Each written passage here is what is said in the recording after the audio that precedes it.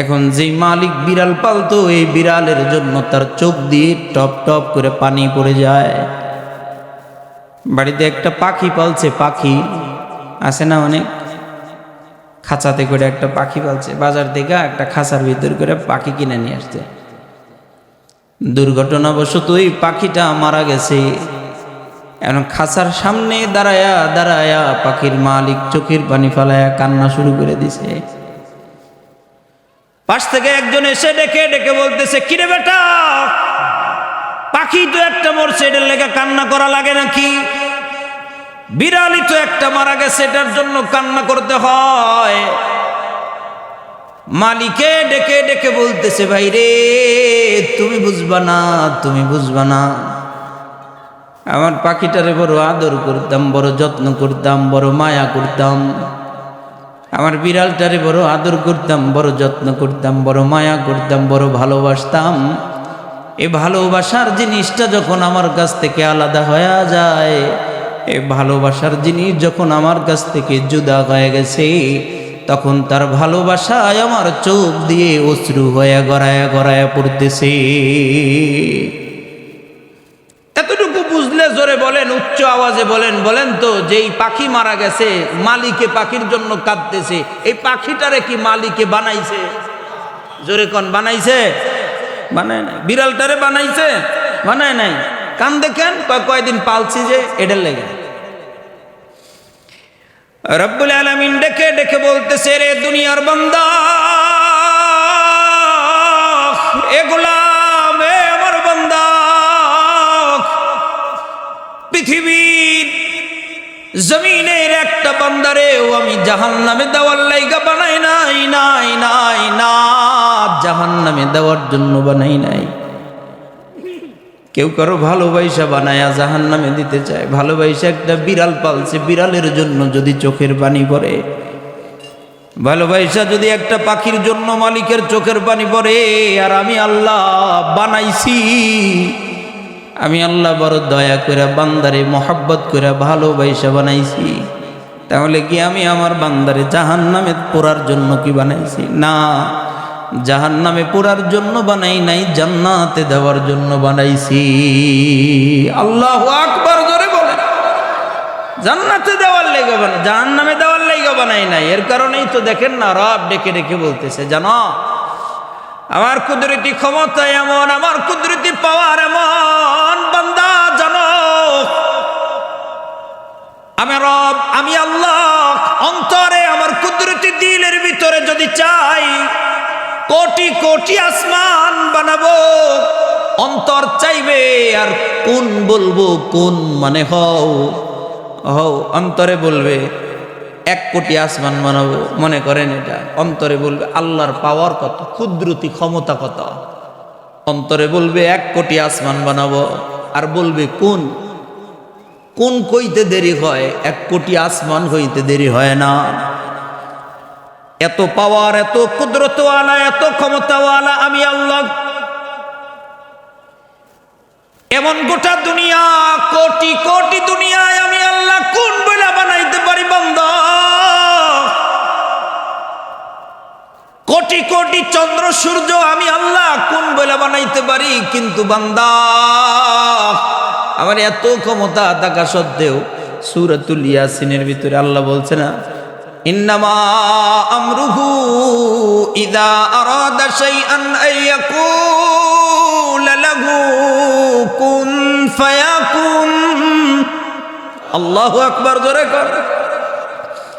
এত ক্ষমতাওয়ালা রব আমি আল্লাহ। আমি তো ইচ্ছা করলে গোটা দুনিয়ার যত বান্দা আছে সব ডিরে কোন বলে বানাইতে পারতাম একসঙ্গে, কি বলেন, পারতো না? কিন্তু আল্লাহ বলে, না রে বান্দা, আমি কোন বলে সব বান্দারে বানাই নাই। জানো কত আদর করে, কত যত্ন আর মায়া করে বানাইছি। জান্নাতের ভিতরে নিয়া নিজ হাত দিয়া, খালাকতু বিয়াদাইয়া, আমি আমার নিজ হাত দিয়া বান্দারে মায়ার নজর দিয়া দেখা দেখা নিজ হাত দিয়া ভালোবাসা যত্ন করে মায়া করে ভালোবাসা বানাইছি। নিজ হাত দিয়া দেখা দেখা যত্ন করে আমি আমার বান্দাদেরকে বানাইছি। এত আদর করে কেউ জাহান্নামে দেওয়ার লেগে বানায়? জাহান্নামে দেওয়ার লেগে বানায় না, জান্নাতে দেওয়ার লেগে বানাইছে। এর কারণেই দেখবেন মালিকে আমারে আপনারে কত মায়া করে, কত ভালোবাসে। আল্লাহ চায় না আমার কোন বান্দা জাহান্নামে যাক, কোন বান্দা জাহান্নামে যাবে, এটা রব চায় না। রব চায় সবাই জান্নাতে যাবে। আল্লাহু আকবার বলেন। এর কারণে যুগে যুগে যত মানুষ পাঠাইছে, যুগে যুগে যত মানুষ আসছে, এই মানুষ আসার সঙ্গে সঙ্গে রব্বুল আলামিন আবার নবীও পাঠায় দিছে, যুগে যুগে নবী পাঠায় দিছে। নবী পাঠানোর কারণ কি? লক্ষ্য এবং উদ্দেশ্য আছে। উদ্দেশ্য হলো নবী পাঠায়া দিয়া আল্লাহ নির্দেশ দিয়েছে, ও পয়গম্বর যান যান যান, সাবধান আপনার কোনো উম্মত যেন জাহান্নামে না যায়। আমি চাই সবাই যেন জান্নাতে যায়। এর কারণে উম্মতদের জন্য রব্বুল আলামিন নবী পাঠায়া দেয়। শুধু নবী পাঠাইছে কয় না, শুধু নবী পাঠায় না, নবী পাঠায়া আবার আসমান থেকে কিতাবও নাজিল করে দিছে। মানে বুঝাইতেছে আমার বান্দা যেন জাহান্নামে না যায়, নবী পাঠাইছে, আবার আসমান থেকে কিতাবও নাজিল করে দিছে। মানে দেখা দেখা রাস্তায় চলো, জাহান্নামে যেন না যাও, জাহান্নামে যেন না যাও। কোরআনুল কারীম নাজিল করে দিয়া আমার আপনার জন্য পয়গম্বর পাঠায়া রব্বুল আলামিন ডেকে ডেকে বলে, ও পয়গম্বর, আপনার জন্য এমনি এমনি পাঠাই নাই, দিক নির্দেশনা আছে। আল্লাহ কি দিক নির্দেশনা? রব্বুল আলামিন বলেন, হুয়াল্লাযী বা'আসা ফিল উম্মিয়্যিনা রাসূলাম মিনহুম ইয়াতলু আলাইহিম আয়াতিহি ওয়া ইউযাক্কিহিম ওয়া ইউআল্লিমুহুমুল কিতাবা ওয়াল হিকমা। ও পয়গম্বর, আপনার জন্য নির্দেশনা হইল, যান আপনি উম্মতদের ভিতরে গিয়া ইয়াতলু আলাইহিম আয়াতিহি, আপনি মানুষদের ভিতরে গিয়া কোরআনুল কারীমের আয়াতগুলো তেলাওয়াত করবেন। ওয়া ইউযাক্কিহিম, এই আয়াতগুলো তেলাওয়াত করে করে কোরআনুল কারীম দিয়া দিয়া মানুষদেরকে পবিত্র করবেন।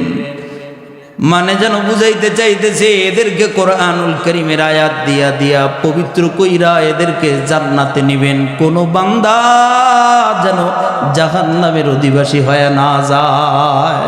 আল্লাহু আকবার বলে।